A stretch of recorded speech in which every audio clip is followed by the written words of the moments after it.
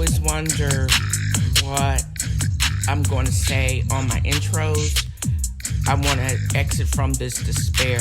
I want to also give a warning to other creatives. Create like it's your last, because with the reversal of Roe, they're not going to stop there. If you have something meaningful to say that is going to shed light and bring happiness to the world, you better do it before the conservatives decide. And that's how I want to begin my day, every day, creating something new, interesting, and that's educating, and to expand the world instead of bringing darkness.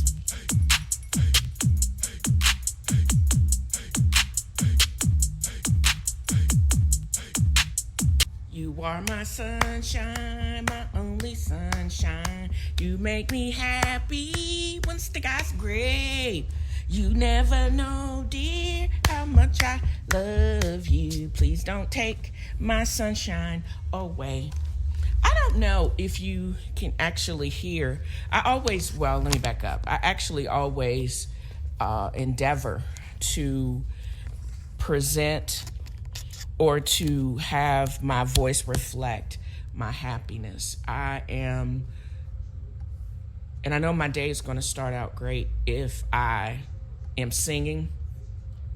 Off key as it may be, it's still a lot of fun to do my podcast still. And look at me. I'm 10,000 episodes downloaded and counting. I'm looking forward to the first day where I can actually start receiving requests for more from advertisers, and I can get to the point where I actually will start getting paid over $2,000 a year just for my podcast. I'm excited about the potential income and this moving from a hobby to actually a paid gig. I'll do this all day long. I can talk, and there's so many interesting things that I can say or think about.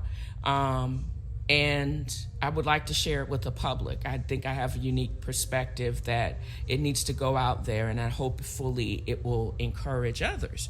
And if you don't know, now you know. This is Tennessee Fro broadcasting from Forest Avenue, and this is my weekly publication of Quark's Bar, what people will not only talk about in Deep Space Nine space station, but also just in general, if I actually would like to talk to people. But anyways, that's just me. And this is greatly becoming probably one of my favorite parts of the episode, where I talk about other usual shenanigans. So here we go.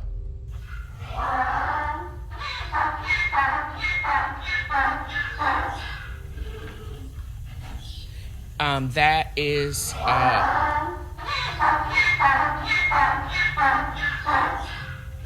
prelude to Donkey of the Day. And this is not so much, and it's a collective donkiness, seems like, that's going on. I first heard about this on another podcast, and I just think that certain superstars, we need to the public needs to be taken out of y'all group chat, where I don't need to know everything. For example, K-Fed of famous or infamous marriage to Britney Spears, who just was released from a multi-year conservatorship where she was mismanaged by her own father. And it seems like she's still subject to a lot of scrutiny, even though she hasn't even released an album in years. She stopped performing in protest of the conservatorship, but she's still living her best life. Semi-nude post on Instagram of her twirling, but also her irrelevant ex-husband, K-Fed, of a failed rapper fame, backup dancer, not extraordinaire. He has opened up warfare on her for alleged mistreatment of his jackasses of teenage sons. And I say that because that's how they seem to present themselves. And Britney's response to them is just like every country ass mama I know of. How you gonna come to a house that she pays for and then won't talk to her or won't visit with her, but they just being jackass teenagers? And then what is the purpose of your irrelevant ex-husband posting it on the internet? Like, we care. And we're probably going to side with the mama or not with either one of y'all. We don't need to be in that group chat. And if you just want to show her 50 million Instagram followers just how irrelevant you are, then that's all that did. And it's embarrassing for you, and because it looks like it's a ploy for you to get clout, and again, misusing her clout so you can have some relevancy. I think it's deplorable, and that's why I'm naming you Donkey of the Day, as well as either the lawmakers and every Trump supporter and Trump himself. You are willing to put agents' life on the line and all of these crazy threats just because you want to stay relevant, and you're protecting somebody that's literally is breaking the law, and for people doing their job. I think, and y'all trying to flip the script about defund the police and this other nonsense. Wait a minute. No, this is not. They didn't bust in on him and cap him in his bed. He broke the law when he removed those records from the White House, didn't secure them, and then he had his lawyers lie about it. That is jackassery, donkiness on a whole other level. And the law states and he literally broke the law. Giuliani, literally, there's allegations and probably proof that whole Georgia voting machine tampering was instigated by his inner circle. They coming for him too. The U.S. Justice Department's like, watch this, because there is so much bending the law and outright breaking the law that surrounded 4 years. And we had so many people willing to put their reputations on the line and in order to appease someone that did not need to be appeased, and were willing to do all of these things for a sociopath. It goes back to that. A sociopath not only has disrespect for the law, or because the laws don't apply for them, they only go crazy when they get caught. And they may apologize for it, but they don't really mean it because they just mad that they actually got caught. And why are you applying rules to me when I don't follow the rules? That is the whole problem right there. So big donkey to K-Fed, every Trump supporter, and Rudy Giuliani, because all of y'all have made the collective donkiness of the week. Them want to wind them ways. Tell them forward in the ace. Put a bang bang embrace.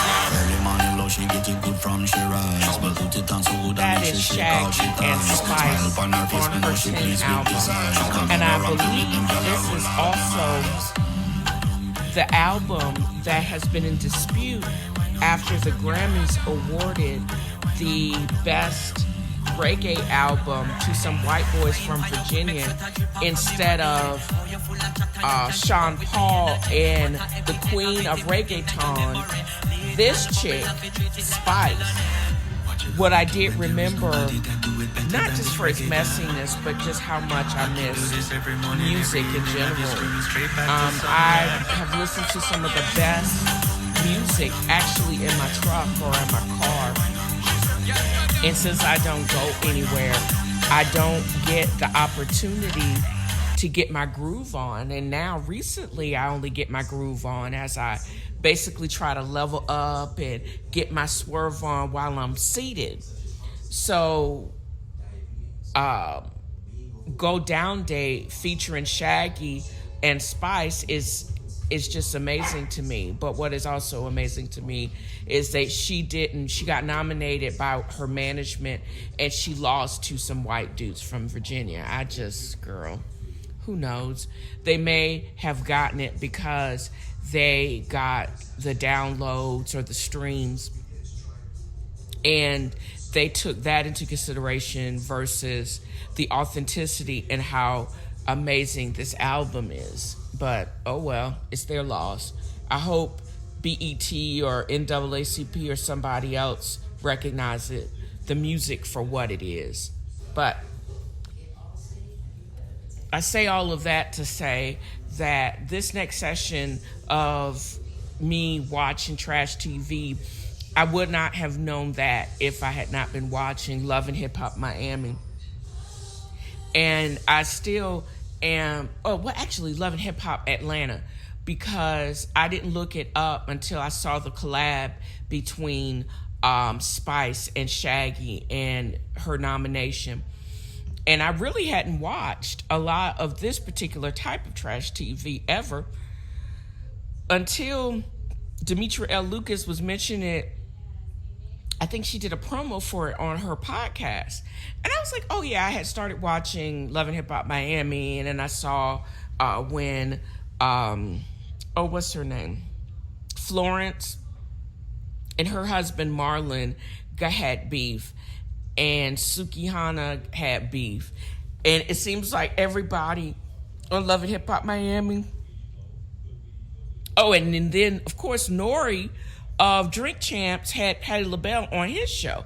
But he's a great part of this show. I didn't realize until this show that Noriega is actually a black Puerto Rican. His last name is Santiago. His wife is Cuban. He's the quintessential Latino man, and it's crazy. But that and figuring out who Amora Black is, that and figuring out who Florence is, and just missing the vibe and the music that defined my whole existence when I was in Florida, getting into reggaeton and going to Firestone, dancing all night and then driving back to Gainesville in the morning, and knowing that this is, what is this, Taco Tuesday or Tequila Tuesday, and how I had to take a midday Pepsi because freaking I have all of these hot peppers that I can hardly eat without having to pre-medicate myself. And that is the flavor of the Latino culture that I know. And it surrounds the food, but it also has a lot to do with the music. And how happy I felt listening to this particular star. And I'm glad she actually is on Love and Hip Hop Atlanta and Spice, because listen to this one. This is Sexercise by her and Jugglers. I don't know what you've been told. I don't know what you've been told. Exercise good for the boom boom oh. Exercise good for the boom boom oh. Everybody time for your jump up. Good exercise time for your warm up. You do your regular push up, you do your regular sit up. So if you get to discover music or good music, if that is your taste, one, you got to watch Love and Hip Hop. And it's messier because all the private stuff is messy, and I want them to delete us from the group text. But if you actually subscribe and watch this mess, you are going to be part of the group text. If I could just get around all of that and just focus on the music, like Candy music on Real Housewives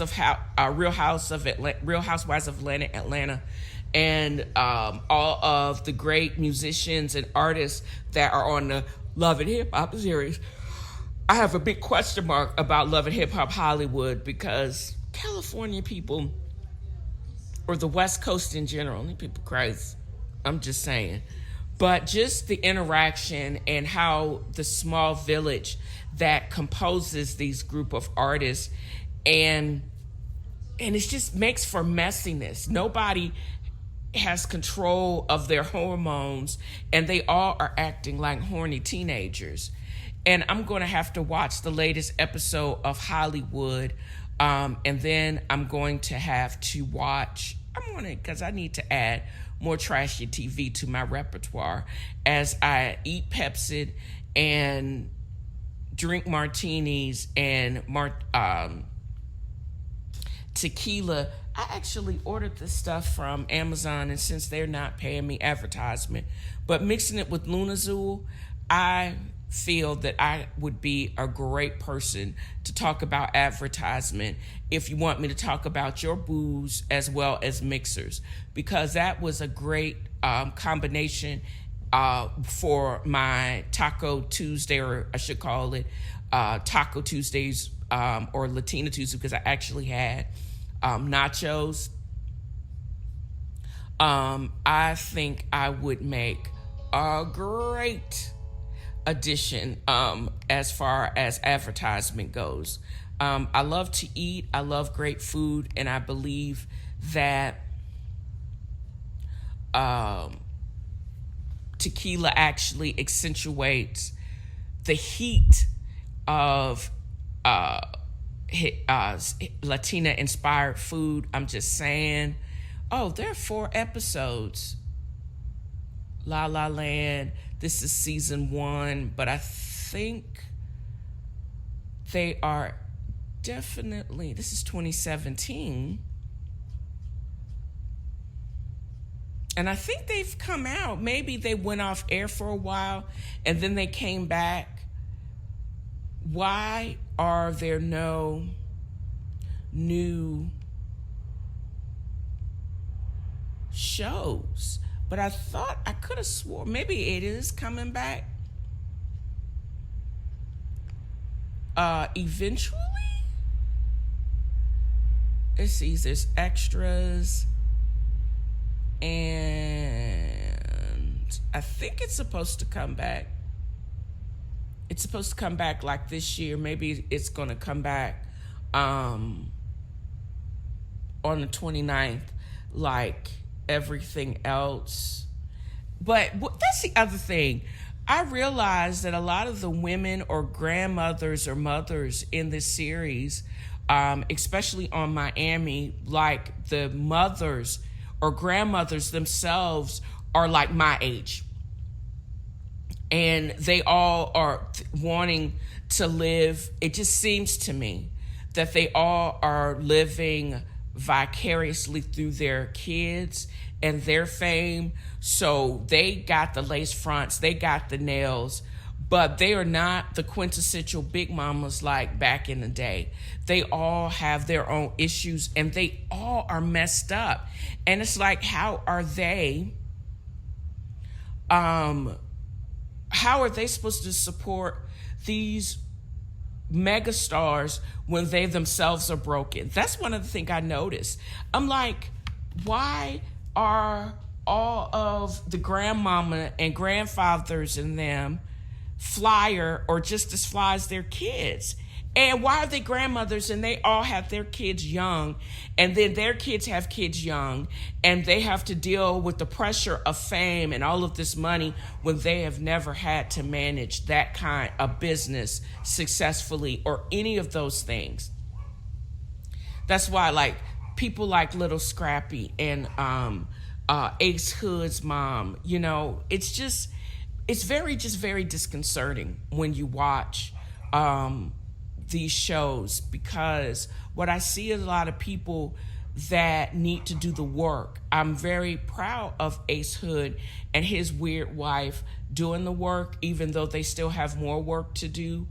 And I looked at, there's one of the star, Kirk, and his wife, and how she had a falling out with her father.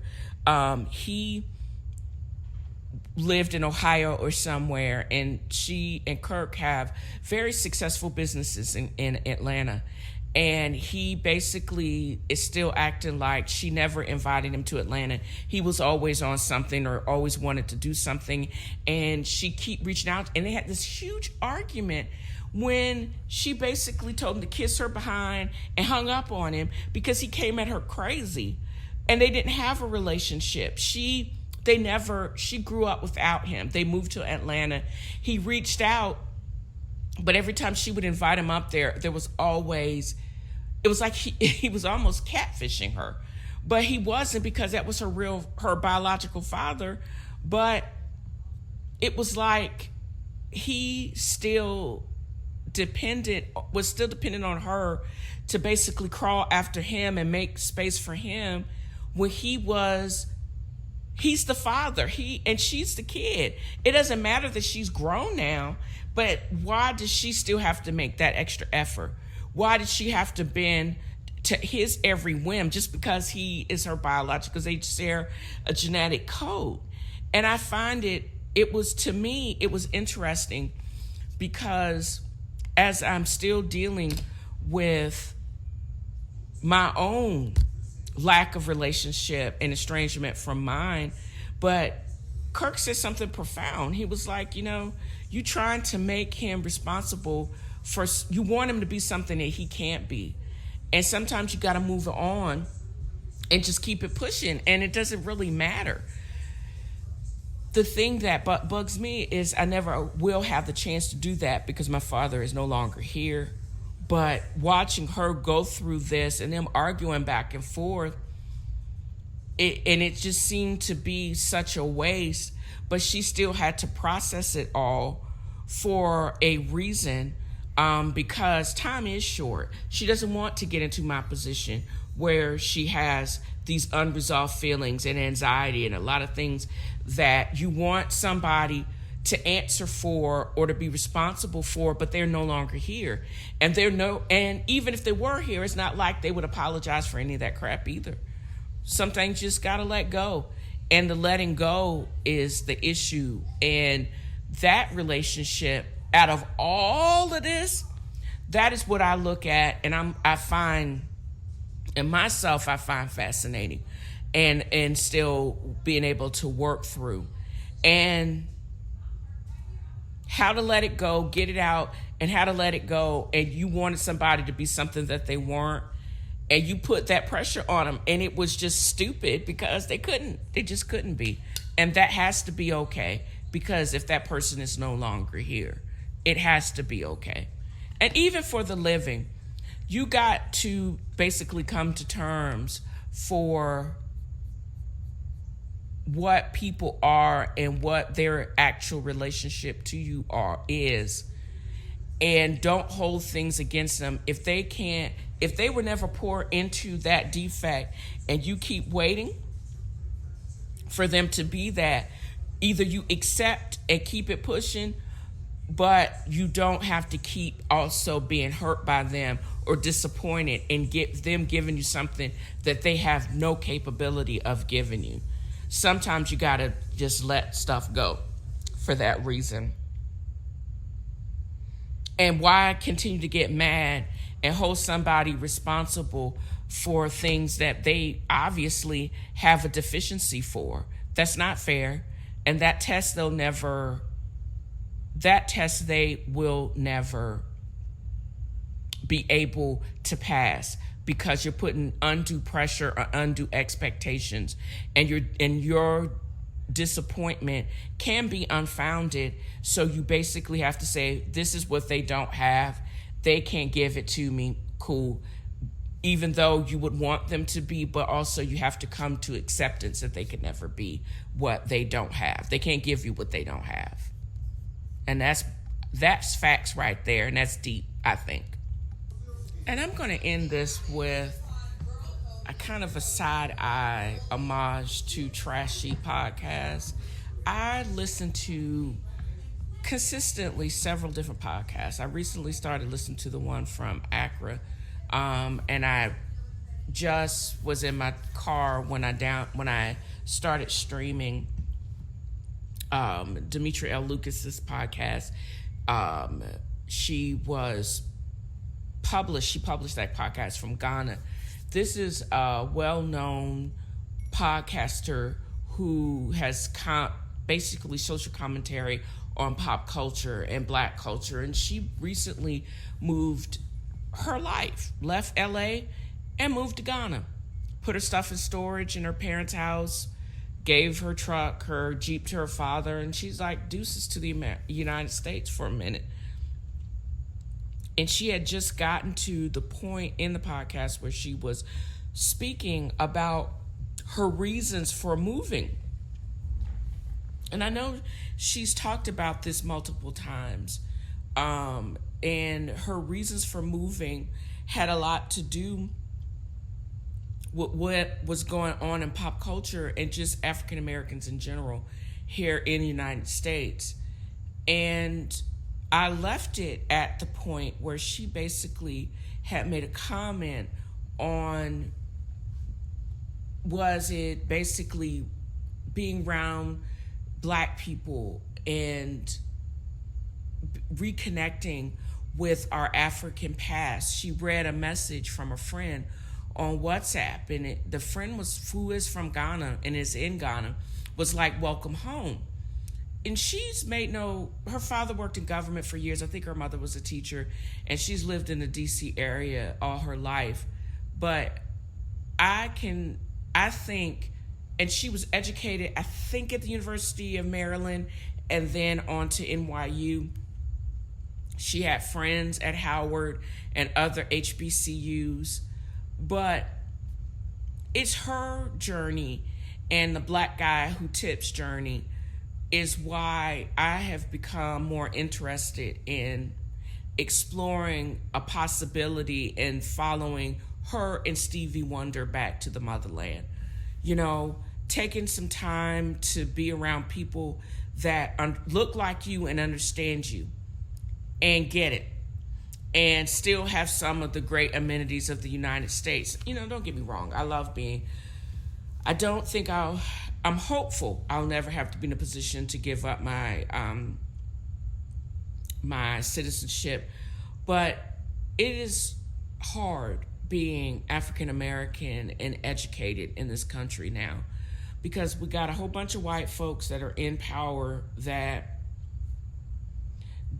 basically are saying, we don't care even if you have this education or degrees or whatever. You still only a black girl, nappy-headed black girl from Virginia.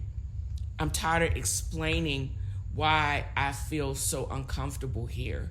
I'm tired of explaining my want and need and having to feel okay that I want to surround myself with people that look like me and get me, and I don't have to explain the discomfort and the uneasiness of navigating in this American life. You know, I say all of that to say is because live from Accra and her journey to Ghana is one of the reasons why I'm exploring that need. And I'm having such a difficulty feeling that I have to be, why do I have to be open and I have to be friends with everybody when I really don't feel like I have to be friends with everybody? There's so much I want to enjoy, but I know what my desire is. I would love to do it with people that look like me, but I don't want to meet anybody. I'm tired of talking. I know I can't have it both ways. I blame the chumpers for this all the time. I can't have it both ways. I can't say I want to be around people, but then I don't like people, so I don't invite myself. I don't go any place, and I'm not going to do the apps. I'm not going to go to restaurants. I'm going to figure out how I'm going to order food from all these great restaurants. And it's really hard being in Chattanooga when I don't like anybody, because I'm not going to go to some closed place and get the Rona or monkeypox because y'all nasty. But that's how I roll. And in all honesty, I'm still annoyed that I have to explain that to people. So how I relate and explore different cultures, but in particular, my own culture is through food. I cook and I post on Instagram. My TNFroIsReading Instagram feed and TV, Food and Wine. And I look and I watch all of this trashy TV about the quintessential Black experience. Some of this stuff is way out to the left field, but it's hilarious to me because at least it's not me and my family. You know, and I can sit and have comments and it has nothing to do with the Baxters, Wiggins, and of it all. You know what I mean? And I'm going to suggest not only do you listen to The Black Guy Who Tips or Ratchet and Respectable by Demetria L. Lucas, but also Caresha Please, one of the Real City Girls. She actually did that interview with Kevin Gates, and she has invited her group mate, JT, as far as their experience as city girls. They are a girl rap group from Miami, and of course, they are messy. We talking about crazy late fonts. We talking about body piercings.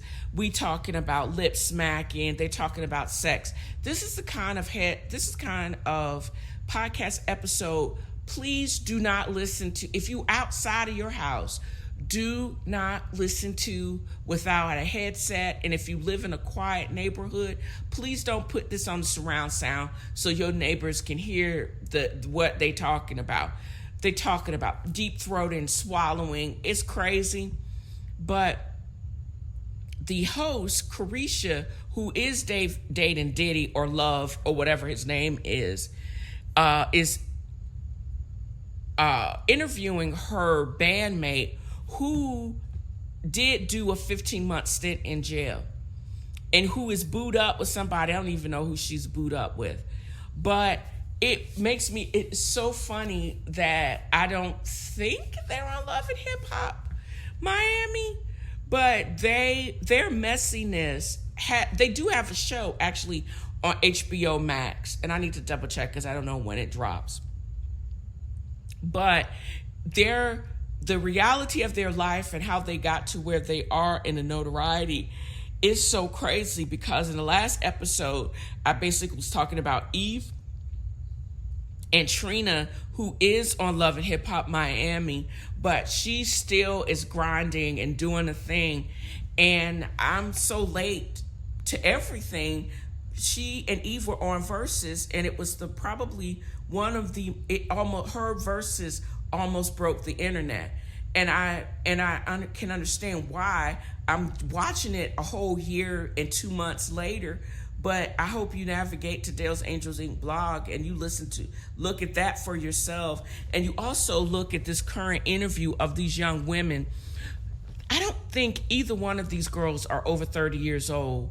And they have their life in Miami and the stuff that they have lived through and done to themselves in the age of social media is some of the craziest stuff only from reality TV. And it kills me that they did not capitalize it the same way as the untalented Kardashians are. Kardashians are just known and renowned for plastic surgery, when these women and men are actually are very talented. They're just known for how many fillers that they can put in their lips and their butt, and they change the configuration of their Lebanese faces. These women, with all the trashiness and lip smacking, are still so much more talented than that family, but they were allowed to cash in on it when the originals are right in Little Haiti and right downtown Miami. It's crazy to me. I said listen to it at your own risk, and you will enjoy it just as much as I enjoyed commenting on it. Their experiences, and they, again, are not even 30. It's crazy, y'all.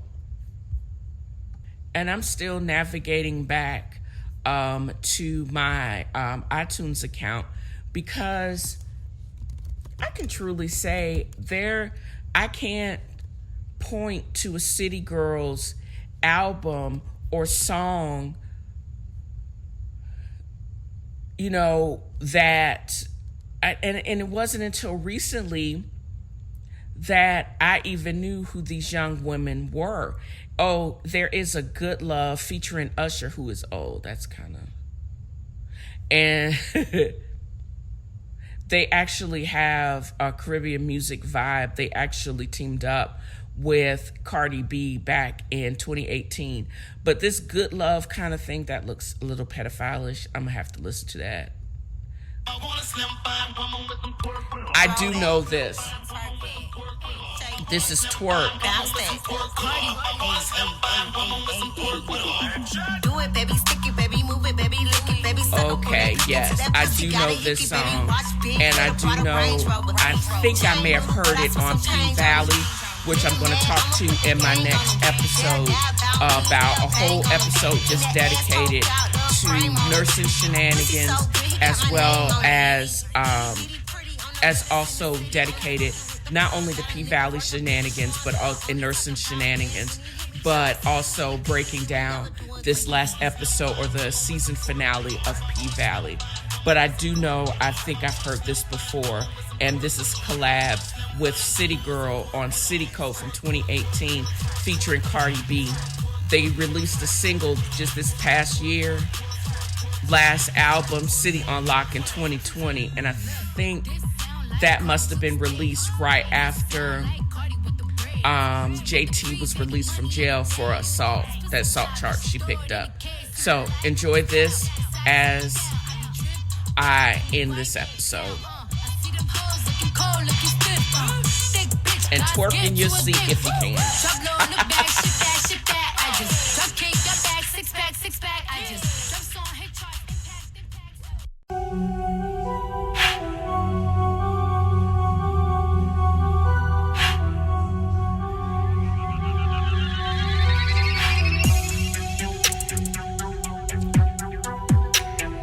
I wanted to end my broadcast or this recording with just some fresh beats and as a reminder for us to be kind to ourselves, be kind to our minds, and keep creating. I mean, there's just so much horrible things and mean things going on in the world. And this is not goodbye. This is just until we meet again, or until I record and drop another episode. I hope you enjoyed this episode as much as I've enjoyed creating it. Check me out on social media. TNFro is Reading on Instagram, TV Food Wine Girl on Twitter, and TNFro is Reading the Book Club.